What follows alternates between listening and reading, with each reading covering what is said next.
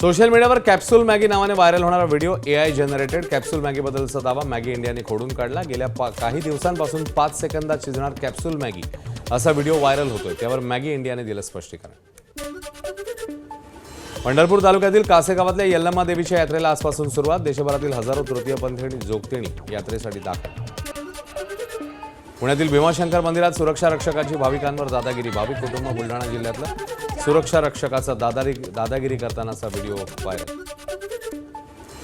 सारंगखेड्याच्या अश्व बाजारात 606 घोड्यांच्या विक्रीतनं 3,30,00,000 रुपयांची उलाढाल. यंदा 5 कोटीपेक्षा अधिकची उलाढाल होण्याचा अंदाज.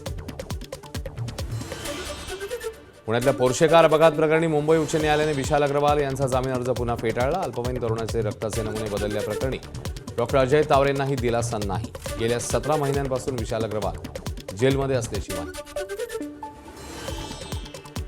माधुरी हातणीला कोल्हापुरातल्या नांदणी मठात आणण्याचा मार्ग मोकळा. मठाच्या जागेत पुनर्वसन केंद्र उभारण्यास परवानगी.